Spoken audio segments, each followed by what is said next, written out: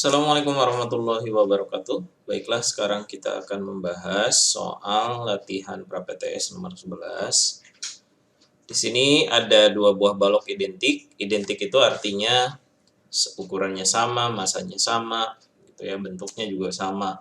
Itu identik. Nah, dua balok identik ini memiliki berat yang sama, udah jelas ya tadi. Beratnya 50 Newton. Kalau kita asumsikan kuat medan gravitasi itu adalah 10, berarti masanya itu adalah 5 kg. Dihubungkan dengan tali melalui katrol pada bidang seperti tergambar. Massa tali diabaikan dan katrol licin. Jadi di sini katrolnya licin. Semua permukaan dianggap licin. Besarnya tegangan tali penghubung adalah, nah yang ditanyakan di sini adalah besar gaya tegangan tali. Coba kita gambar apa saja yang ada di sini. Yang pertama, gaya yang bekerja pada yang ini dulu. Misalnya ini balok satu aja yang ini ya. Ini balok satu, dia punya gaya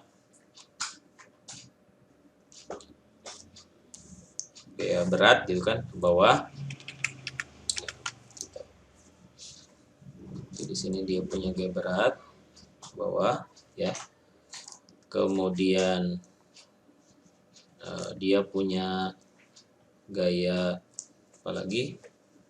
Gaya tegangan tali ya di sini.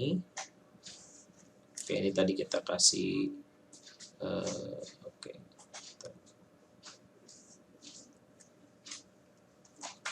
Ini berarti W, kemudian ini gaya tegangan tali T, kemudian ada gaya normal ke atas.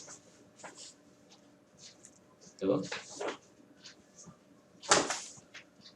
Kemudian setelah itu, apalagi karena dia licin berarti kan tidak ada gaya berat, berarti tidak usah kita gambar. Berikutnya tinggal kita lanjutkan ke balok yang selanjutnya ya. Balok yang di sini berarti ada gaya apa saja? Yang pertama ada gaya kasih warna merah saja ya. Ada gaya berat ya ke bawah. Kemudian ada gaya apalagi ini, gaya normal gitu ya, ke samping. Kemudian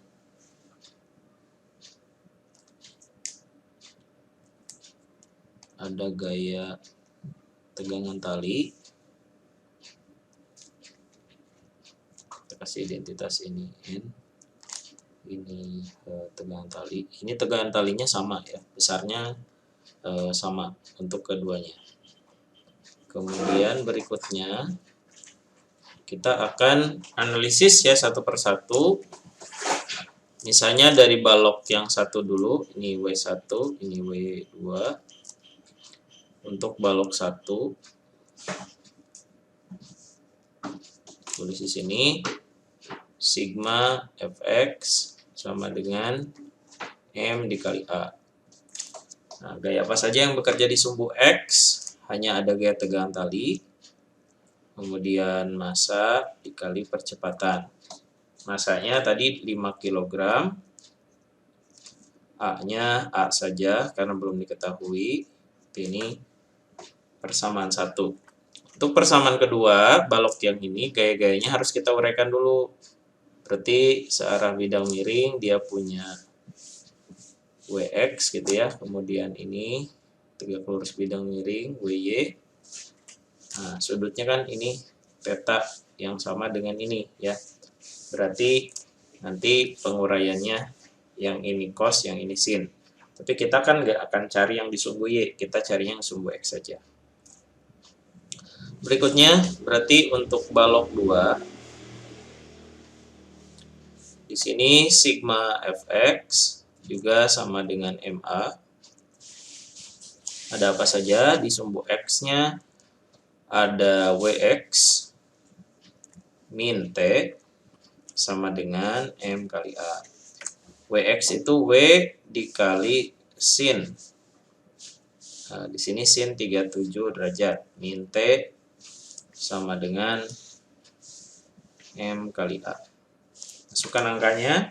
W-nya adalah 50, sin 37 adalah 3/5, kurang T sama dengan massanya 5 kali A ya.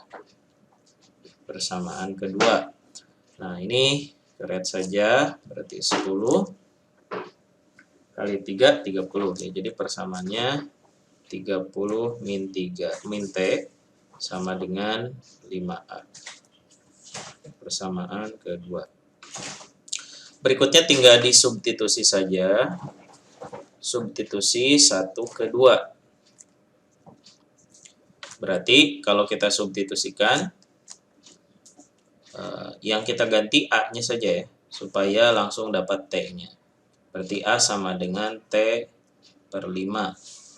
Nah, ini kita substitusikan. Berarti dengan demikian 30 min T sama dengan 5 dikali T per 5. 5-nya coret, jadi 30 sama dengan T ditambah T, berarti 30 sama dengan 2T, berarti T-nya dengan demikian sama dengan 15 Newton.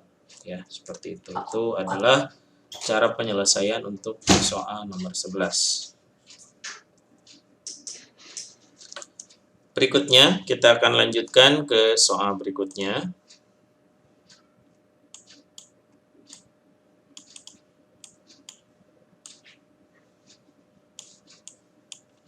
Soal nomor 19. Dua buah benda memiliki massa yang sama 3 kg tersusun seperti pada gambar di bawah. Besar medan gravitasi yang dialami titik P adalah, berarti di sini kuat medan gravitasi dari M1 dan M2 di titik P ini berapa? Kita gambar dulu arah dari medan gravitasinya ya.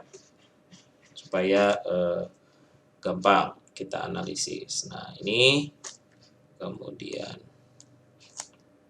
ini juga, nah, ya seperti itu.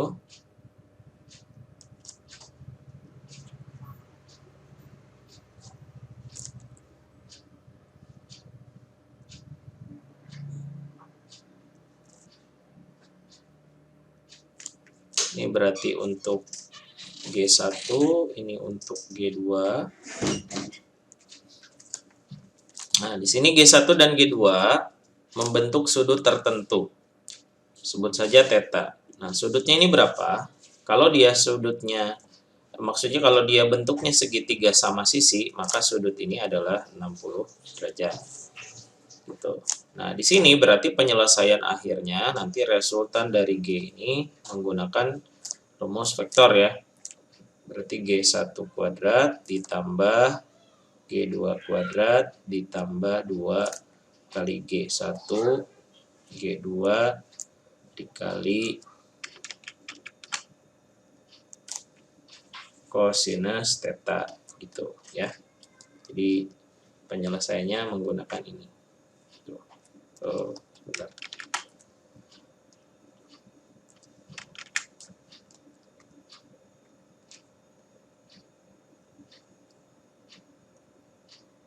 Seperti itu. Nah, berarti di sini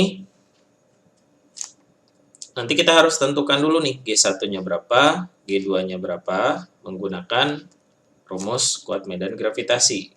Oke, berarti G1 adalah G dikali M1 per R1 kuadrat. Kita masukkan aja, G-nya adalah G. Massanya M1 adalah 3 kg. Jaraknya 2 meter, berarti 2 kali 2, 4. Nah, berarti kita dapat G1-nya 3 per 4 G. Kemudian kita tentukan G2, G dikali M2 per R kuadrat. Berarti G dikali masanya sama ya tadi, berarti 3 juga per 4. Oh, sama juga 3 per 4 G. Nah, baru sekarang kita tentukan menggunakan rumus ini. Akan tetapi, kalau kita langsung menggunakan rumus ini dengan angka seperti ini akan membuat kesulitan dalam penentuan. Jadi kita harus buat pemisalan. Kita akan misalkan di sini bahwa ini adalah G ya. Nah, ini dan ini kebetulan sama, berarti ini juga sebesar G. Nah, kalau misalnya beda, nanti kita harus bandingkan gitu, mana yang mau dijadikan 1, mana mau yang dijadikan 2 gitu ya, atau cari yang paling pasnya gitu, mana kesamaannya. Pokoknya kita bandingkan. Kalau ini kan kebetulan sama, berarti perbandingannya adalah 1:1. Jadi udah kita anggap saja G. Kemudian selanjutnya kita bisa selesaikan menggunakan rumus yang GR tadi. Berarti GR sama dengan akar dari, nah G1-nya udah diganti dengan G, jadi G kuadrat tambah G kuadrat tambah 2 dikali G1, G2, G kali G jadi G kuadrat juga dikali cos theta. Tetanya adalah 60 derajat, cos 60 itu adalah setengah. Nah, berarti dengan demikian kalau sudah kita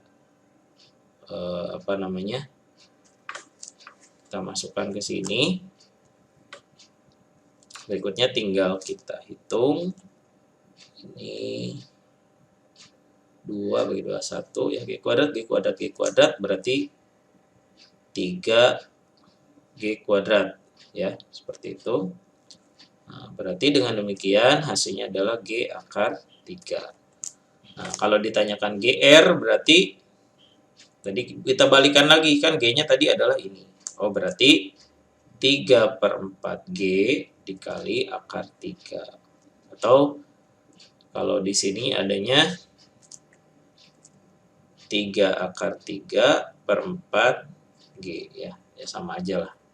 Ini berarti jawabannya ini.